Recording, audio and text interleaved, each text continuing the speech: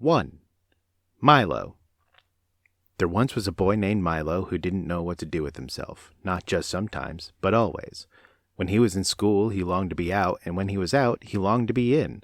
On the way, he thought about coming home, and coming home, he thought about going. Wherever he was, he wished he were somewhere else, and when he got there, he wondered why he'd bothered. Nothing really interested him, least of all the things that should have. It seems to me that almost everything is a waste of time, he remarked one day as he walked dejectedly home from school.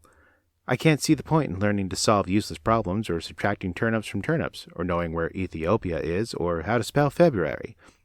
And since no one bothered to explain otherwise, he regarded the process of seeking knowledge as the greatest waste of time of all. As he and his unhappy thoughts hurried along, for while he was never anxious to be where he was going, he liked to get there as quickly as possible, it seemed a great wonder that the world, which was so large, could sometimes feel so small and empty.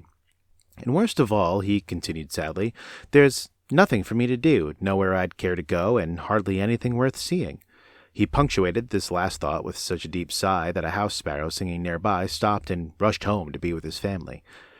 Without stopping or looking up, Milo dashed past the buildings and busy shops that lined the streets, and in a few minutes reached home, dashed through the lobby, hopped into the elevator, 2, 3, 4, 5, 6, 7, 8, and off again. Opened the apartment door, rushed into his room, flopped dejectedly into a chair, and grumbled softly, "Another long afternoon." He looked glumly at all the things he owned, the books that were too much trouble to read, the tools he never learned to use, the small electric automobile he hadn't driven in months. Or was it years? And the hundreds of other games and toys and bats and balls and bits and pieces scattered around him. And then, to one side of the room, just next to the phonograph, he noticed something he had certainly never seen before. Who could possibly have left such an enormous package in such a strange one? For while it was not quite square, it was definitely not round, and for its size, it was larger than almost any other big package of smaller dimension that he'd ever seen. Attached to one side was a bright blue envelope, which said simply, "For Milo, who has plenty of time." Of course, if you've ever gotten a surprise package, you can imagine how puzzled and excited Milo was. And if you've never gotten one, pay close attention, 'cause someday you might.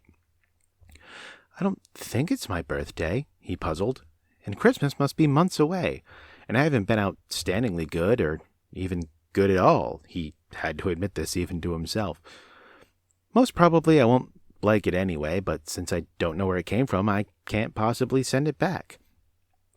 He thought about it for quite a while and then opened the envelope, but just to be polite. "One genuine turnpike toll booth," it stated, and then it went on. "Easily assembled at home and for use by those who have never traveled in lands beyond." "Beyond what?" thought Milo as he continued to read. "This package contains the following items. 1 genuine turnpike toll booth to be erected according to dimensions. 3 precautionary signs to be used in a precautionary fashion.